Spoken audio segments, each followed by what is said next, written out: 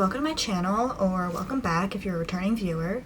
I'm Maisie, and this is Maisie with a Z, and today, for the second day of bookmas, we're going to be talking about some Friends to Lovers book racks. So, important prefaces are, I'm a fantasy girl at heart. I don't read a lot of Friends to Lovers, because that's just not the preferred trope in that genre. I don't love the trope, especially in comparison to like enemies to lovers, but I do have 10 Friends to Lovers recommendations for this video. So yeah, with that out of the way, let's go ahead and get into the recommendations. My first recommendation for Friends to Lovers is Emily Wilde's Encyclopedia of Fairies. This is historical fantasy. It's basically following Emily Wilde, who's a Oxford professor who's trying to compile an encyclopedia of unknown fairies, where like that's her field of study. She goes on this research trip to this very rural Scandinavian town in order to study the fairies there. Another professor from Oxford, who's her only friend, follows her along.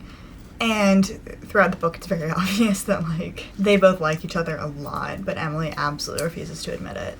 And it's very cute and very fun. I don't know, it's very good Friends to Lovers. I highly recommend it.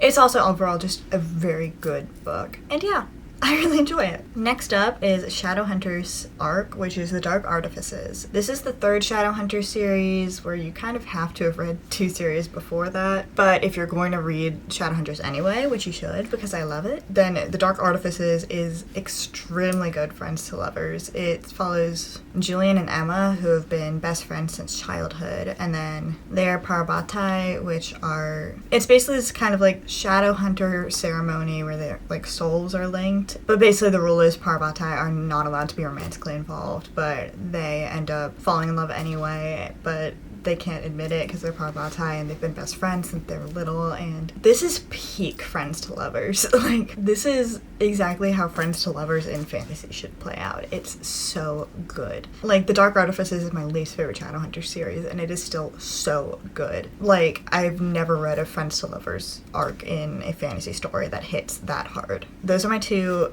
fantasy book racks. So next up are my 3 historical/ahistorical romances. First up is Aristotle and Dante Discover the Secrets of the Universe, which is so good. It's set in 1987, and it's following these 2 teenage boys who are kind of unlikely friends, and it's following their friendship, and then it's Friends to Lovers, and it's so lovely, and I don't know, I love it so much. It also has a special place in my heart because it was one of the first queer books I ever read when I was in like late middle school, but it is such good Friends to Lovers. Next up is Valiant Ladies by Melissa Gray, and this is kind of a historical romance set in like 17th century Potosi in Bolivia. It's actually loosely inspired on actual teenagers in Potosi at that time. And it's these 2 girls, one of which is from a very wealthy family, and the other one who is not, but was taken in by that girl's family as a ward because of their friendship. And these girls like start out as friends but are absolutely in love with each other, but can't really say it because the very wealthy influential one is going to be made to marry a man someday, and there's nothing either of them can really do about it, but the pining and love they have for each other is so good. And it's also just them being like sword lesbians, like solving this mystery, and it's just so fun. Highly recommend Valiant Ladies. Last up on Friends to Lovers, a historical romance, is The Gentleman's Guide to Vice and Virtue, where this follows main characters Monty and Percy as they go on Monty's like coming of age tour of Europe, and I don't know, it's so cute. I love them. This entire trilogy is so good. There's 3 Montague siblings, and there's 1 book following each of them, and it's really cute. But yeah, this trilogy, so fun, but this first book is Friends to Lovers. It's also just a super fun, like, this is a fun read. And yeah, I don't really have that much more to say about it. It's kind of a wild ride, but it's so fun to just be taken along on it. I'd really recommend it. Yeah, I haven't seen the series on book social media much since like 2017 when The Gentleman's Guide to Vice and Virtue came out, but it's super fun and I really recommend it. And then we have contemporary recommendations, of which the first is You Have a Match by Emma Lord. Emma Lord is one of my favorite contemporary YA romance authors. This was the book that got me into her, and it's kind of like a reverse Parent Trap, where a girl takes a DNA test and finds out she actually has an older sister living in her same city, and neither of them knew about the other, And so they end up going to sleepaway camp together to try and figure out what happened, because they can't ask, I don't remember why, but they can't ask their parents about it. And yeah, so they're at sleepaway camp together and trying to figure this out. And meanwhile, our main girl's best friend also happens to go to the sleepaway camp. She didn't know it's the same sleepaway camp he goes to every summer. And so it's also like them getting together, and it's just so fun, and the story just has so many things I like about it. I love like found family / rediscovered family type stories, and the romance is also super cute. And yeah, it's a very fun story. It's very summery, so posting this in December, I don't know, but it's so fun. And then we have a much more seasonally appropriate recommendation, which is 10 Blind Dates. This is a very Christmassy book. I reread it every year around Christmas. Is it the best written book ever? No. But it is so fun, and it's this girl who goes through a breakup with her boyfriend right before going to stay with her family for 3 weeks, like her very large extended family. And basically the family decides to cheer her up. They're going to set her up on 10 different blind dates, and it's just this kind of disastrous series of dates. But meanwhile, she's reconnecting with the 2 cousins who she was best friends with growing up, as well as the next door neighbor who was also in their like little friend group, and they're kind of reconnecting and like becoming friends again. And meanwhile, she's reconnecting with the next door neighbor, and it is so cute. So I'd absolutely recommend it. It's a very good Christmassy read. I'm not trying to recommend it any other time of year, so if you're watching this video at some other time, bookmark it for like the next December, because it is very much set around Christmas and New Year's. Then we have All Alone with You. This book I was actually a little hesitant to include on this list, because I was trying to stick mostly to books that are like childhood friends to lovers, or they're friends for a very long time before going to the lovers part. And this one, like the strangers to friends to lovers, happens over like a couple months. But it basically follows this girl whose guidance counselor tells her she needs to get some volunteering hours in during her senior year fall in order to become more competitive for colleges. So she begins to volunteer with this organization that basically provides company to elderly people who need companionship. So she's partnered with this boy to visit this elderly woman who used to be part of this huge band when she was younger.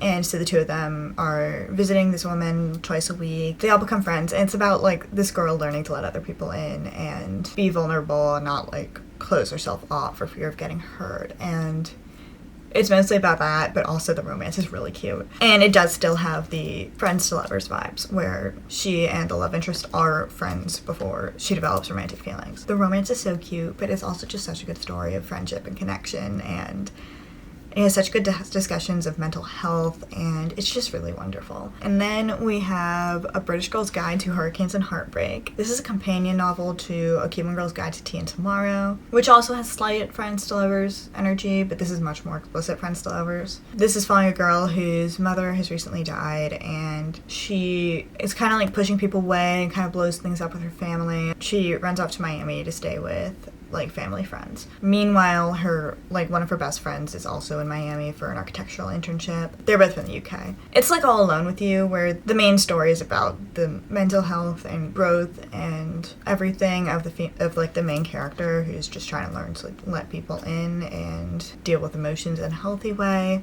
But like they both have such a good like friends to lovers thing in the background. They're both such good books, where even if you're not looking for books based on like this specific trope, they're so good independent of that. Next up, we have People We Meet on Vacation by Emily Henry. This is a book that I'm sure is at the top of like every friends to lovers recommendation list, just because it's so popular. This is basically following these 2 best friends who met in college and took a vacation with each other every year until something happened a few years prior that made them stop. They reconnect and decide to go on one last vacation, and so it's kind of like flashing back to like throughout their relationship. It's the story of this last vacation while also doing like flashbacks throughout their friendship to kind of seeing what went wrong. And like it is very obvious they are both extremely in love with each other, but they care so much for each other as friends that like it doesn't seem like that's gonna happen. And like this is just a friends to lovers book. There is very little else going on. Like the rest of them, there might be other stuff going on, and the friends to lovers is just kind of like